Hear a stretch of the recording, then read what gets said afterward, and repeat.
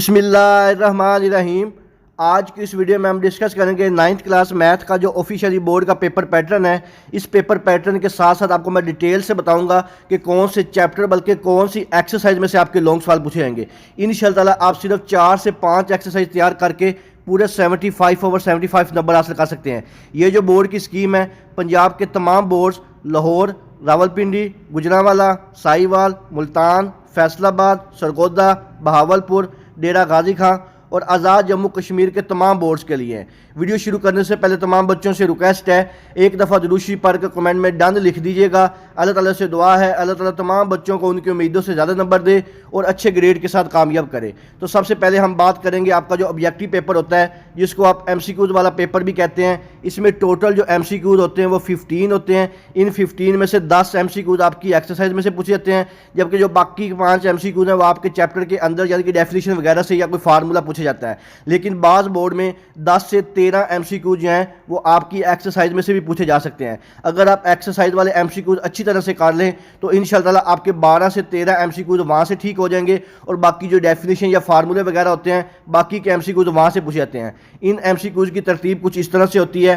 Chapter number 1 में से एक MCQs, चैप्टर नंबर 2 से भी एक MCQs, चैप्टर नंबर 3 से एक MCQs, चैप्टर नंबर 4 से भी एक MCQs, चैप्टर नंबर 5 से भी एक MCQs, चैप्टर नंबर 6 से एक MCQs, चैप्टर नंबर 7 से भी एक MCQs, चैप्टर नंबर 8 से भी एक MCQs, चैप्टर नंबर 9 से भी एक MCQs, चैप्टर नंबर 10 से कोई भी MCQs नहीं आता, चैप्टर नंबर 11 से एक MCQs, चैप्टर नंबर 12 से भी एक MCQs, चैप्टर नंबर 13 से कोई MCQ नहीं पूछा जाता, चैप्टर नंबर 14 से एक MCQs, चैप्टर नंबर 15 से भी एक MCQs, चैप्टर नंबर 16 से भी एक MCQs और चैप्टर नंबर 17 से भी एक MCQs पूछा जाता है। यानी कि आपका चैप्टर नंबर 10 और चैप्टर नंबर 13 इन 2 चैप्टर से कोई MCQ नहीं आता, जबकि बाकी के जितने भी चैप्टर हैं इन तमाम चैप्टर से एक एक MCQ पूछा जाता है। तो आप कोशिश कीजिएगा कि जो आपकी एक्सरसाइज में दिए हुए MCQs हैं इनको अच्छी तरह से तैयार करना। जो रिव्यू एक्सरसाइज में होते हैं इंशाअल्लाह आपके 12 से 13 MCQs वहीं से अटैम्प्ट हो जाएंगे। अब हम बात करते हैं आपका जो सब्जेक्टिव पेपर होता है। सब्जेक्टिव पेपर में आपका सबसे पहला जो पार्ट होता है वो शॉर्ट क्वेश्चन का होता है, जिसको मजीद 3 पार्ट्स में डिवाइड किया जाता है।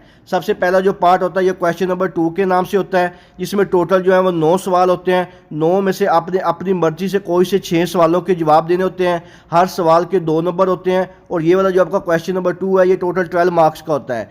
इन 9 सवालों में से 2 से 1 जो है वो डेफिनेशन पूछी जाती हैं यानी कि तारीफ़ें होती हैं, जबकि बाकी के जो वो शॉर्ट क्वेश्चन पूछे जाते हैं। और आपका जो क्वेश्चन नंबर 2 है ये आपका चैप्टर नंबर 1, 2, 3, 4 और 5 इन 5 चैप्टर को मिला के बनाया जाता है। चैप्टर नंबर 1 में से 2 शॉर्ट क्वेश्चन, चैप्टर नंबर 2 से भी 2 शॉर्ट क्वेश्चन, चैप्टर नंबर 3 से भी 2 शॉर्ट क्वेश्चन, चैप्टर नंबर 4 से भी 2 शॉर्ट क्वेश्चन और आपका जो चैप्टर नंबर 5 है इससे एक शॉर्ट क्वेश्चन पूछा जाता है।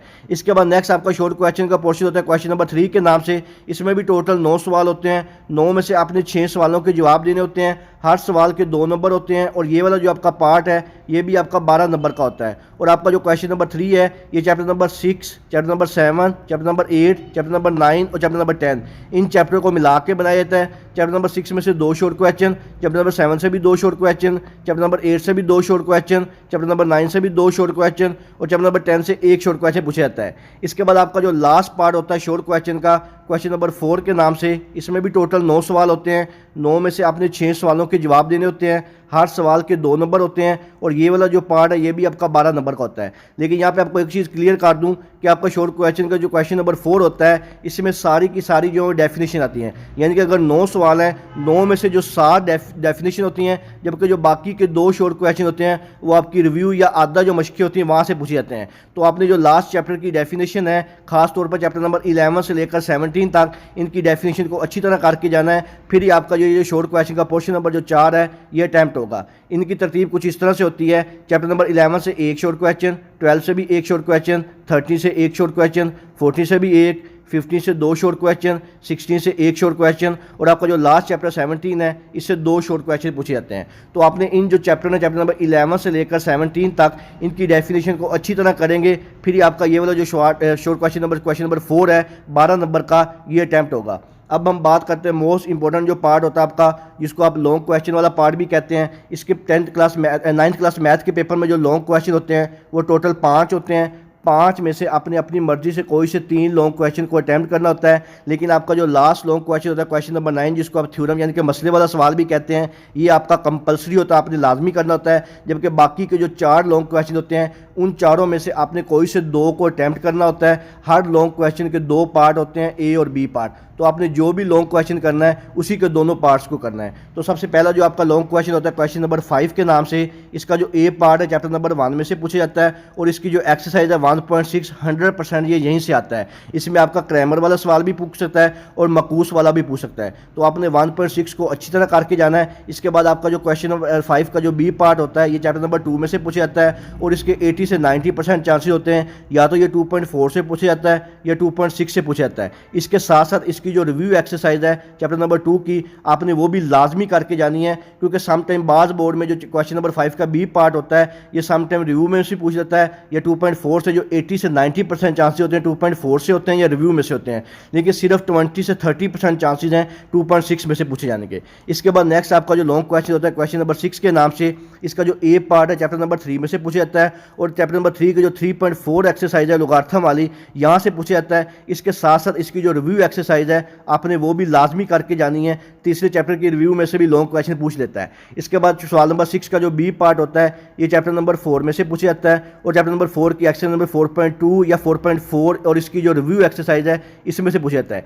80 से 90% चांसेस होते हैं 4.2 में से पूछे जाने के, लेकिन बाकी के जो 30 से 40% चांसेस हैं वो 4.4 और इसका जो रिव्यू है इसको आपने अच्छी तरह करके जाना है, इसमें से पूछे जा सकते हैं।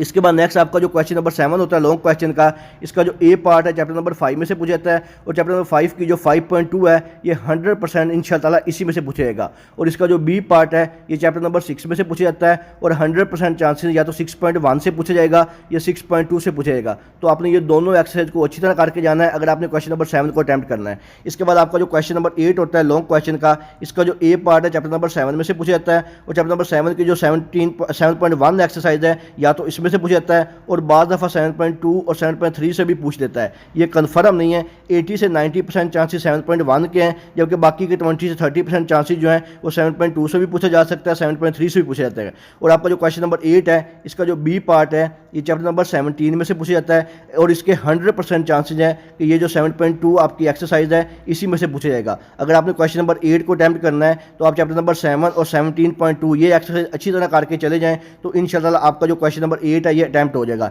इसके बाद आपका जो लास्ट सवाल होता है क्वेश्चन नंबर 9 जो कि कंपलसरी सवाल होता है थ्योरम वाला, इसमें आपके पास 2 थ्योरम होते हैं, एक चैप्टर 12 में से पूछा जाता है, एक चैप्टर 16 में से पूछा जाता है। अगर आप चैप्टर नंबर 12 या चैप्टर नंबर 16 इन दोनों में से किसी एक चैप्टर के जो थ्योरम है इनको अच्छी तरह से कर लें तो आपका जो क्वेश्चन नंबर 9 होगा 8 मार्क्स का थ्योरम वाला, इंशाअल्लाह ये 100% अटैम्प्ट हो जाएगा। अब एक शॉर्टकट आपको फार्मूला बता देता हूँ लॉन्ग क्वेश्चन के लिए। अगर आप सिर्फ और सिर्फ एक्सरसाइज 1.6, 2.4, 2.6 और रिव्यू ये वाली 4 एक्सरसाइज को अच्छी तरह से कर लें तो आपका जो क्वेश्चन नंबर 5 है ये अटैम्प्ट हो जाएगा। इसके बाद अगर आप 3.4 इसकी रिव्यू एक्सरसाइज तीसरे चैप्टर की, इसके साथ 4.2, 4.4 और चौथे चैप्टर की रिव्यू ये वाली एक्सरसाइज अच्छी तरह से कर लें तो आपका जो क्वेश्चन नंबर 6 है ये अटैम्प्ट हो जाएगा। इसके बाद आप चैप्टर नंबर 12 या चैप्टर नंबर 16 इन दोनों में से किसी एक के थ्योरम को अच्छी तरह कर लें तो आपका जो 9th क्लास मैथ के लॉन्ग क्वेश्चन का पोर्शन है ये 100% इंशाअल्लाह अटैम्प्ट हो जाएगा। और जो आपको चैप्टर और जो एक्सरसाइज मैंने आपको बताई हैं इंशाअल्लाह इन्हीं चैप्टर और एक्सरसाइज में से आपका 9th क्लास मैथ का जो पेपर है वो 100% पूछा जाएगा और इसी स्कीम के मुताबिक होगा। अल्लाह ताला से दुआ है अल्लाह ताला तमाम बच्चों को उनकी उम्मीदों से ज़्यादा नंबर दे और अच्छे ग्रेड के साथ कामयाब करे। इसके अलावा अगर आपके ज़हन में किसी किस्म का कोई भी सवाल हो आप मुझसे कमेंट सेक्शन में पूछ सकते हैं। आपके 9th क्लास मैथ के most important long question, short question और जिन बच्चों की बिल्कुल भी तैयारी नहीं है उनके लिए पासिंग फार्मूला आपको मेरे चैनल मोहम्मद वकास नवाज़ पे मिल जाएगा, जिनके मुताबिक शॉर्टकट तैयारी से आप इंशाअल्लाह रियाजी के पेपर में किसी भी बच्चे की सप्ली नहीं आएगी। इंशाअल्लाह 40 से 50% जो नंबर हैं वो उनके लाजमी आएंगे। मज़ीद कोई सवाल हो आप मुझसे कमेंट सेक्शन में पूछ लीजिएगा। दुआओं में याद रखिएगा। जज़ाकल्लाह। अल्लाह हाफ़िज़।